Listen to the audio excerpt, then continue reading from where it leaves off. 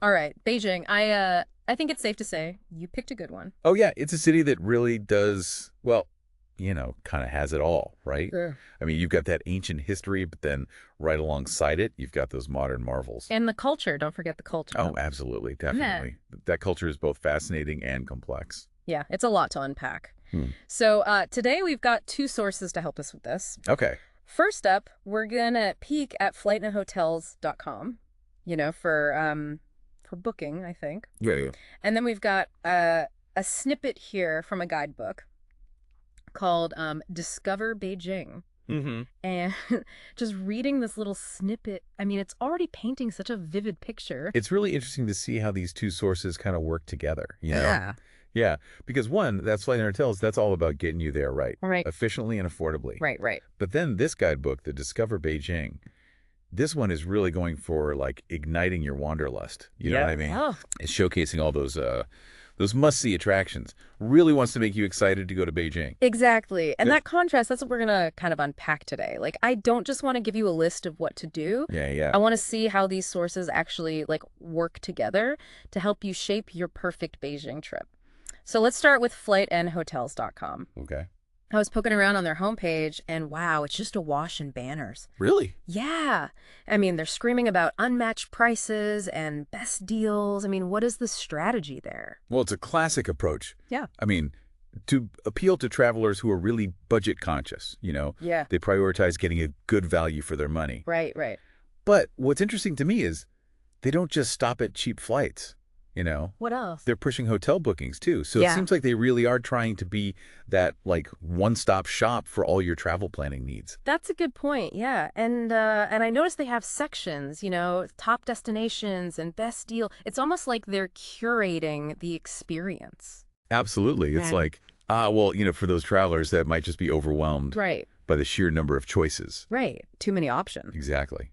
So this is a way of giving them some guidance and structure without, taking away the ability to still choose. Okay. Okay. And it aligns with, with their tagline, Wings of Happiness. Oh, yeah, that Yeah. tagline. Yeah.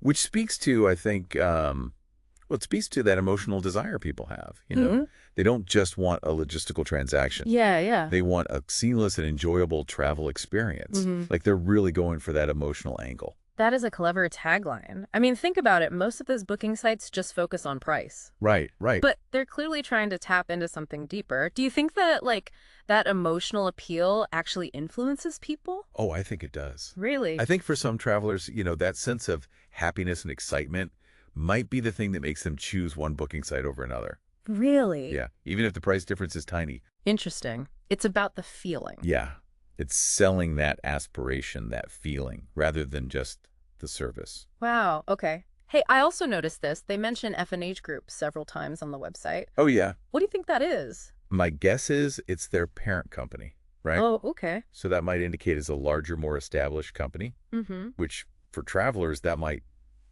mean something, What do you mean? like a sense of trust, reliability. Mm-hmm. Because booking travel online, it's a big deal. Oh, yeah, yeah. No, that makes sense.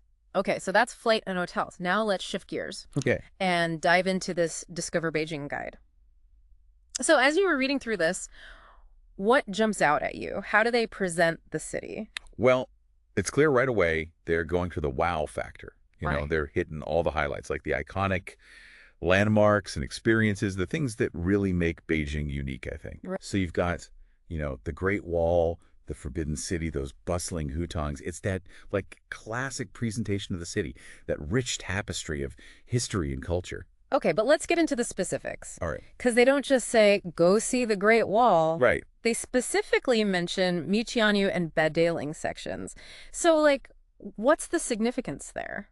Well, I think from a practical standpoint, those sections are some of the most accessible Wow. from Beijing. Yeah. So makes them popular choices if you don't have a ton of time. Makes sense.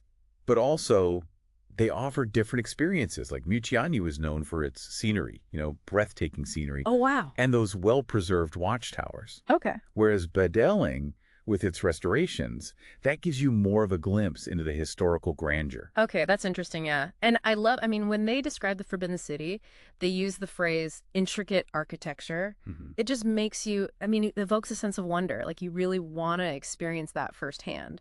Absolutely. It speaks to that level of, well, craftsmanship, Hmm. and artistry.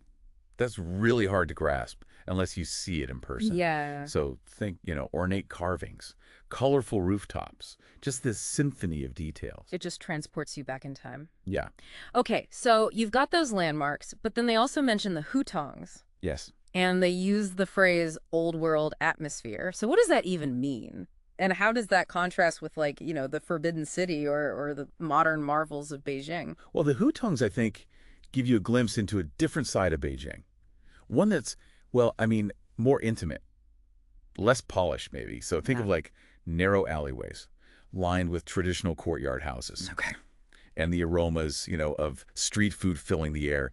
That sense of community and everyday life, Oh. just unfolding in front of you. Yeah. It's a total contrast to, that imperial grandeur of the Forbidden City Right, right. or the, sleek skyscrapers of the financial district. It's like they're hinting at all these different layers of Beijing, The contrasts that make it such a compelling place to visit. Absolutely. You can immerse yourself in the history, experience the modern life, and then get a taste of the traditional culture all in one place. Yeah. And it's worth pointing out, I think they group these attractions in a very specific order. Oh, really? Yeah, they start from the historical sites, then they move to that cultural experience of the hutongs, and then finally they showcase the modern marvels. Hmm. It's almost like, a suggested itinerary in a way. Like a way of framing it. Yeah, it's like, these are the different facets of Beijing. Go explore them. That's great observation. Yeah. It's subtle, but it definitely provides a framework for how to think about structuring your time in Beijing. Mm-hmm. Speaking of structuring your time, let's circle back to FlightNHotels.com Okay. and think about how, like, their offerings might cater to the specific interests of the travelers that are drawn to these things highlighted in the guide. It's a great point. So, like the guide emphasizes this mix of historical, cultural, and modern experiences. All right. So the question is, how does Flight and Hotels how do they accommodate those different interests? Yeah. Like, do their hotels reflect that? Yeah. Do they have specific tours or packages that go along with what the guide is recommending? We've looked into that. Yeah, and it brings up another thing. The guide mentions the Bird's Nest Stadium, Yeah. from the 2008 Olympics. Oh, right, Do you right. think they're trying to like tap into a shared experience for those who remember the Olympics? Oh, absolutely. For many, I mean, the bird's nest was like a symbol, Yeah. of China emerging onto the world stage. Yeah. So including it in the guide not only showcases the architecture, Right. but it also evokes that feeling of nostalgia, shared memory for those who watched it happen. Okay, so we've established the guide is hitting all the highlights, showcasing all those iconic attractions that make Beijing a must-see destination. Yeah. But, I mean, it raises another question for me. What's missing? What would you expect to see in a Beijing guide that isn't there? Well, the food, obviously. The food. Oh my gosh, yes. It's like they barely mentioned it, which is so strange because Beijing is like a culinary paradise. It's true. It's almost as if they just assume you'll stumble upon amazing food, Oh, which, to be fair, you probably will. you're right. In a city like Beijing, you probably will just stumble upon some amazing food. But still, It's such a huge part of experiencing a new culture, though. I know. It feels like a missed opportunity. It is. I guess, you know what, listener, this is something you need to do. You need to investigate this further. After all, this is your deep dive. What kind of culinary adventure are you looking for? Exactly. Think about it. We can't cover it all. These sources are just the starting point. Yeah, You have to fill in those gaps and create the experience that's right for you. I love that. It's about empowering you, the listener, to go beyond the, basic tourist trail and really make this trip your own. And that's what we're going to continue to explore, I think, as we as we delve deeper into those practical tips and insights from these sources. But for now, let's pause here, let you absorb all this.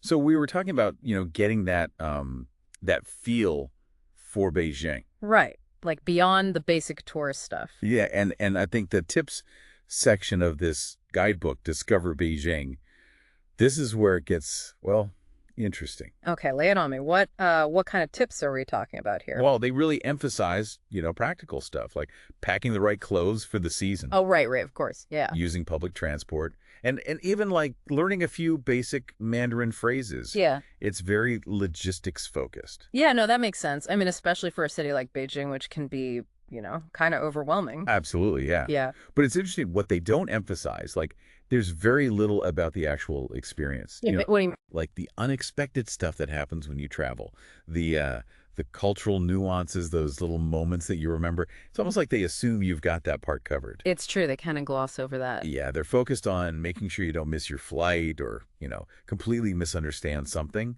but not so much on like how to really be there. It's like they give you the keys to the car, but no driving lesson. Exactly. You know how to start it, maybe change gears, but actually navigating, that's all on you. And that's where the real adventure is, right? Exactly. It's about going beyond that checklist and just embracing whatever happens. So, think about it. What do you want from this trip? Are you a planner or more spontaneous? Ooh, good question for our listener out there. Because Beijing can work for both. That's so true. Like, if you love structure, those Hmm. tips are going to be lifesavers. Hmm. But if you're, more go with the flow, maybe Beijing's where you loosen up even more, just see what happens. Exactly.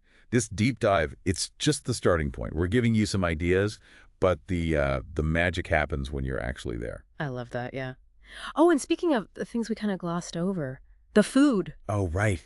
We can't forget the food. This guy barely mentions it, which is crazy because Beijing, I mean, the food scene is just, it's incredible. It's as diverse as the history. It's like they took one bite of a dumpling and said, yep, food's good. Right. There's so much more to explore. So listener, this is on you. What kind of food experiences are you looking for? Spicy, savory, we need details. Think about it. Wandering through a night market, trying all those street food stalls. Ooh, yeah. Or finding like a hidden tea house in a hutong, sipping jasmine tea. Come on, that's got to be on the list. It's about immersing yourself. Those flavors, that's part of Beijing too. And this is where those sources, they can only do so much. Right? They give you some ideas, but the research, that's got to come from you. It's your deep dive, after all. Mm-hmm. Oh, and you know what else I thought was interesting in those tips? The part about, like, cultural etiquette. Oh, right, yeah. Respecting customs, dressing appropriately, all that. Mm-hmm. It's a reminder that you're going somewhere different. Different culture, different values. Exactly. And it's not just about, like, avoiding embarrassing yourself. It's about being respectful, That's right. showing that you're trying to understand. Exactly. Being a mindful traveler, engaging with people in a meaningful way. Like even learning those few Mandarin phrases. Right. Shows you're making an effort. It makes things easier, but it also shows you care, It's about being observant, asking questions, being open to things that are new. Those little moments, those interactions, that's what you'll remember. Yeah, and that's something no guidebook can really capture. Nope, that's got to come from you. Oh, and speaking of things that push you out of your comfort zone, that part about public transport. Public transport, yeah, what about it? Well, in Beijing, that means really experiencing the city, like riding the subway, hopping on a bus, maybe even a rickshaw. Ooh, adventurous. It's seeing things from a different perspective, Mhm. not just the tourist spots, but like how people live. Right, right, yeah, getting into the rhythm of the city. And let's be honest, it's probably way cheaper than taxis all the time. Oh, for sure, which ties back to flight and hotels, right? They were all about that affordability. Exactly. Public transport, that's how you stretch that budget and experience the city like a local. I love how this is all coming together. Like, we're using these two sources to build a whole approach to the trip. It's like puzzle pieces. Totally. Oh, and one last thing from those tips. Visiting in spring or autumn for the best weather. Oh, right, the practicalities. But even that, I mean, it connects to the bigger picture, doesn't it? It does, because it's not just about temperature. It's about how the season affects your experience. Oh, I see what you mean. Like spring, you have the flowers, that feeling of new beginnings. Autumn, it's crisp air, colorful leaves. It sets a whole different mood. And comfortable weather just makes everything better. Right. You're going to enjoy those sights a lot more if you're not, like, sweating or freezing. Exactly. And it goes back to that wings of happiness idea, Yeah, yeah. Picking the right season adds to that feeling. Yeah. But it also makes me wonder, for you listening, does that time frame even work for you? Ooh, yeah, good point. If not, what do you need to change? What are your priorities?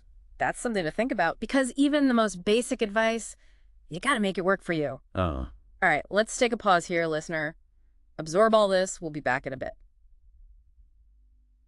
All right, so we've talked about a lot, right? I mean, getting to Beijing, the big sights, the food. But you know what's funny? what's that? It's like we haven't really talked about what it's actually like to be there. You know what I mean? Yeah, it's hard to put into words, isn't it? It's like the space between the notes in a song, the actual experience. Exactly. Like, imagine you get off the plane in Beijing, the air smells different, the sound. How do you even explain that? That's interesting you mentioned the plane, because it makes me think about that Flight and Hotels tagline again, Wings of Happiness. Oh, yeah, yeah. They're not just selling you a seat on a flight. They're Yeah. selling that feeling, the anticipation. Right. Like the excitement of knowing you're about to experience something totally new. And for some people, I bet that feeling starts the minute they book the trip. Oh, totally. Suddenly it's real, it's happening. The countdown begins. Mhm. And that excitement, it colors everything, And it changes how you see things. Exactly. Even those little travel annoyances like a delayed flight, suddenly they're not so bad. They become part of the story. Exactly. It's like that saying, life is what happens when you're busy making other plans. Except in this case, it's travel. It happens while you're checking your itinerary for the 10th time. Right. So listener, what kind of traveler are you? Are you the meticulous planner or the one who just goes with the flow? Because honestly, Beijing is great for both types. Oh yeah, if you're all about structure, those tips from the guidebook, they're going to be invaluable. But if you're more spontaneous, well, maybe Beijing is where you let go even more. See where the city takes you. This deep dive, it's just the start. We've given you some tools, some ideas, but the real magic, that happens when you get there. When you interact with the city, yeah. And who knows what that'll look like. Maybe it's finding that hidden tea house we were talking about, tucked away in a hutong. Or maybe you end up having a conversation with a local artist using that little bit of Mandarin you've learned. Or maybe you finally conquer those chopsticks and have the best street food of your life. Exactly. The point is, those moments, we can't predict them. Nope. They come from being open, from being present, from letting yourself be surprised. So as we wrap up this Beijing deep dive, what's the one thing we want you to remember? I think it's this. We've given you the framework, but you are the one who builds the experience. Yeah, your trip, your adventure, the practical stuff will get you there, but the true journey, that's all yours. Embrace the unexpected, enjoy every single moment, and let Beijing work its magic. And that's it for this deep dive. Safe travels, everyone.